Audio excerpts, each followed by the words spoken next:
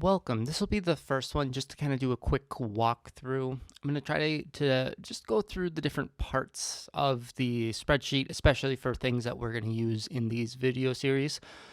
Obviously, there's a lot more that, could be looked at, could be seen and used, but I just wanted to do some of the ones just so we can get a basic feel of where things are and kind of the common names for them.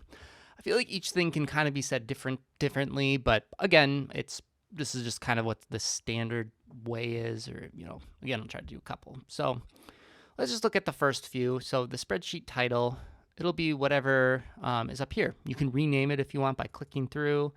Again, it just shows what this spreadsheet is called. Next is the menu bar or menu. That'll be the file, edit, view, insert, format, data, tools, extensions, and help.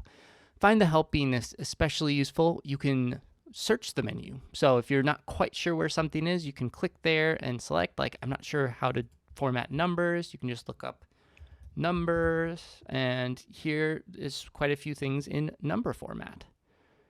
So again, that's the menu.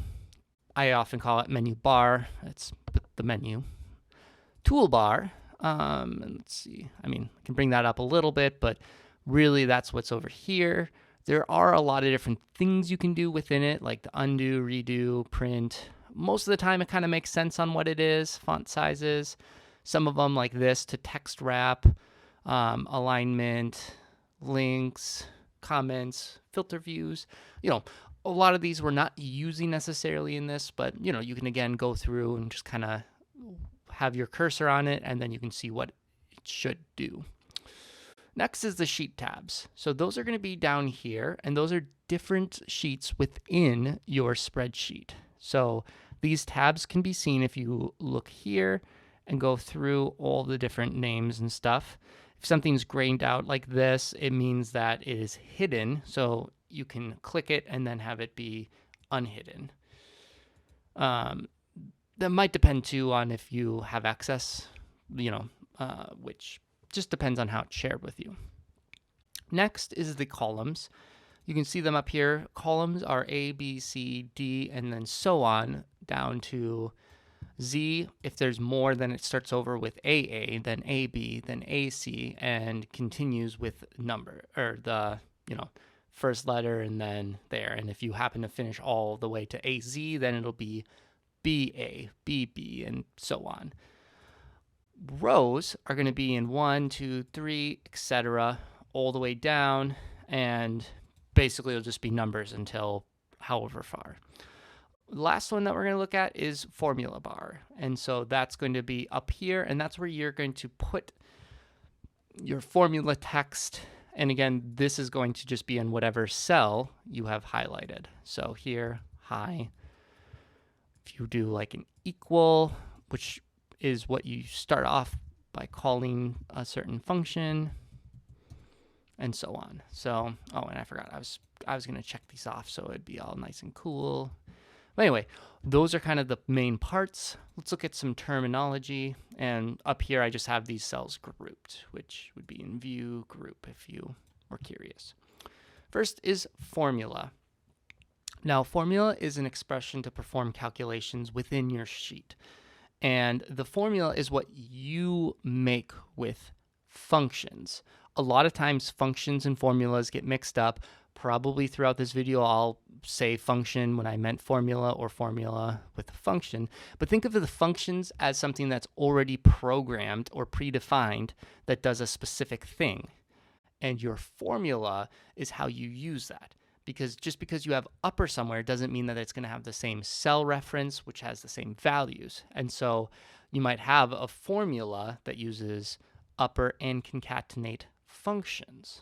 So the functions will, this formula has two functions in it. So again, they're a lot of times very similar. Formulas are what you create, and you create them with functions. But generally speaking, if you say one or the other, a lot of times they are received as a similar thing. But again, these are ones that are already built and created, and then the formula is how you use them. Now, the syntax within it are the arguments, and arguments are coming up, and that just means what you need with it. And in your functions, each one will be separated by a comma. So in the example of VLOOKUP, the syntax would be you need the search key, then a comma, the range that you are looking, then a comma, the index, which is a number in this case, comma, and then optionally you can say if it's sorted or not. And if you look in that function, it'll say it's either a true or false, or which is a Boolean value. So function syntax is just really the function requires these things or has optional for it to run. If it has 3 things and you only put 1 argument, you're going to get an error. If it has 1 argument and you put 5 arguments in it, you're going to get an error. So it just is, you need to give it what it needs in order for it to do that specific calculation. The argument is each part of it. So depending on what it is, it might be a little harder or a little easier to know, like search key, for example. What does that mean? Well, you can look into it and see. All of it is usually either a text, a number, a Boolean value, which is true or false. There's also optional arguments, and all of those can, I believe, all of those would be able to be cell referenced as well. And we'll talk about what a cell reference is, but that means you don't have to actually type everything out there. You can actually pull that from a cell in your workbook. Next is cell references. So relative cell reference is just if you do like A1, meaning A1 is right here, B2, which would be B2, thinking kind of it like a grid or like Battleship or one of those. And then C is hidden, but if you open this up, 3C and that intersecting cell, relative does not have any of those dollar signs in it. And what that means is that if you say like B2, it's going to pull that. And if you pull this down or use the same one by copying and pasting, it's going to take this and then go down to menu. Similarly, if I go over to here, it's going to go to C, and then D, and then which is blank, and then it's going to be the true because of that.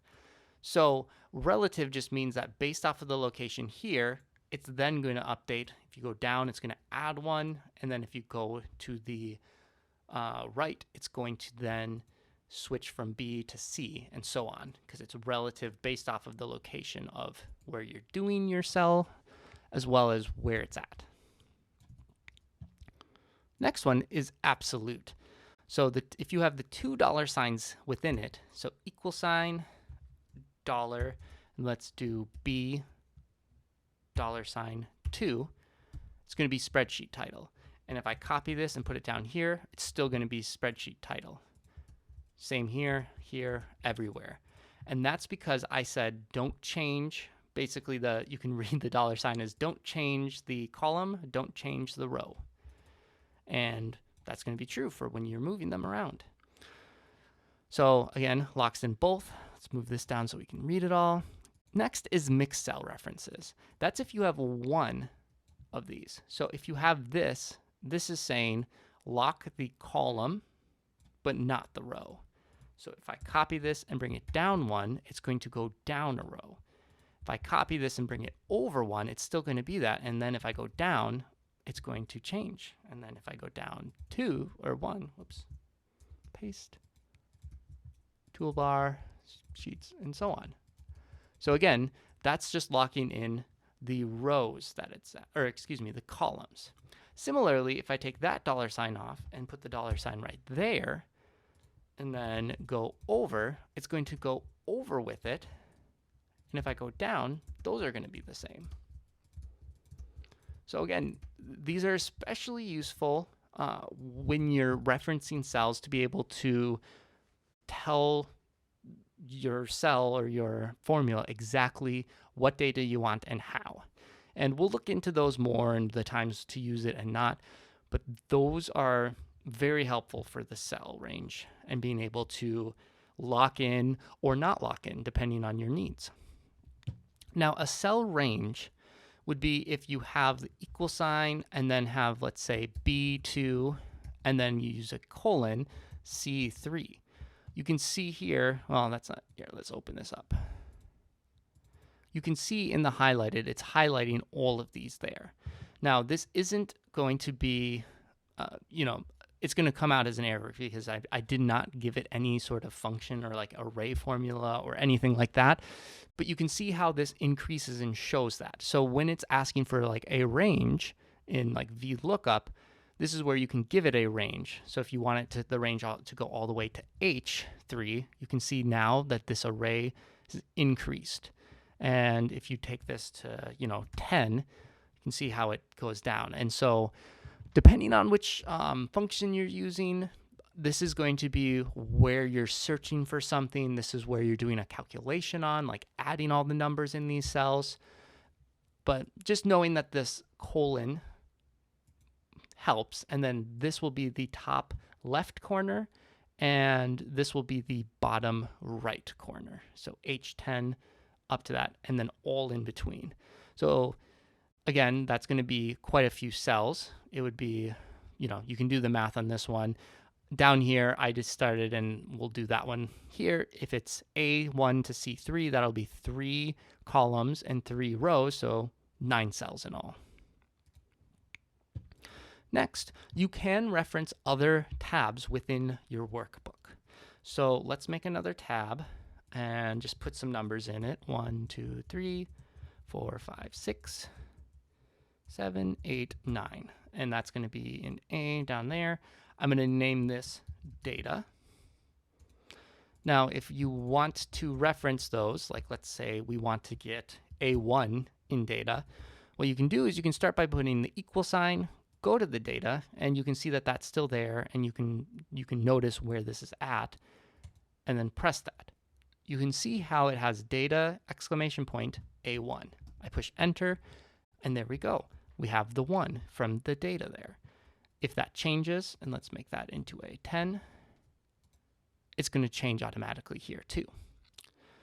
One thing to note is if you have something like data and numbers, and there are certain characters like spaces, this will automatically update it.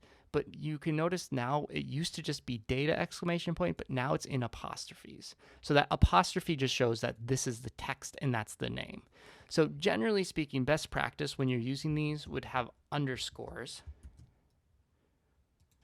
in your name, enter.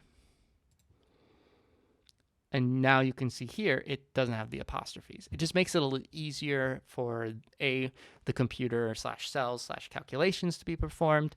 And then honestly, for whoever's using it, it's easier where you don't have to use the apostrophes. Again, it's not needed. You can use the spaces. And if you already reference it and then rename it, it'll automatically rename. So it's, relatively easy in that sense. But that's referencing others. The next is the fill handle. So that's the circle at the bottom of your cell here. So let's say here I want to pull more of those. I know that I have A1 and I want to get all the way down to A3. So A1, A2, A3. So using the fill handle, I can actually move the cells. And since these are not absolute, but these are actually just relative, it's actually moving down to each one. So the next one's going to be, well, blank because there's no cells in there. Similarly, I can also go to the side and get those as well. So the fill handle is a nice way to be able to automatically use whatever function formula or cell references you're using and bring it down. Similarly, you can highlight all 3 of those fields and go down at the same time. And any of these, since it's still referencing those in the data and numbers, like let's do 89, 88, 87, those are going to automatically update now too. So fill handle is very useful for those. Similarly, like I did up there, you can also use this, Control-C to copy, paste, paste, paste, paste, and it'll have those relative cell numbers automatically, or cells automatically change and adjust based, again, because we used relative cell referencing. Lastly is hotkeys, keyboard shortcuts. There's not really example. Well, I guess I could do like Control+C or Command plus C. So that would be copy, just like here. Those are just shortcuts to do a specific action. So copy is Control C, paste is Control V. Other way is you can right click and then do copy, right click, and then paste. Now, this is a reference error because A1 is the highest. There is no letter above A1, so I'm getting an error there, but you get the picture where you can paste it. So again, those do specific actions. A helpful one, again, is help. You can go here, and then you can do keyboard shortcuts or see them. There's also a keyboard shortcut to see the keyboard shortcuts, and that'll give a list of all sorts of ones. You can even search it. Very helpful, especially if you're wanting to get faster and see all the ways to, instead of having to right click, left click, do all those things, you can just find what the hotkey is or keyboard shortcuts. I put hotkeys because I say hotkeys. Keyboard shortcuts is the more formal way, or I guess the correct way. I assume hopefully others use hotkeys and it's not just me. But anyway, I know this is a lot of information, and again, each one of these you can do so much more, but I just wanted to give a quick glance at these. And again, we're gonna kind of go through and look at all the different kind of beginner and some intermediate here level functions, specifically with text and kind of adjusting those. But hopefully this helps with kind of some terminologies, getting comfortable with these. Again, there's still a lot more that you can do with Sheets, but for now I'm going to close it. Went through all of mine, did all the check marks. So we'll see you in the next one where we look at our first function. Bye now.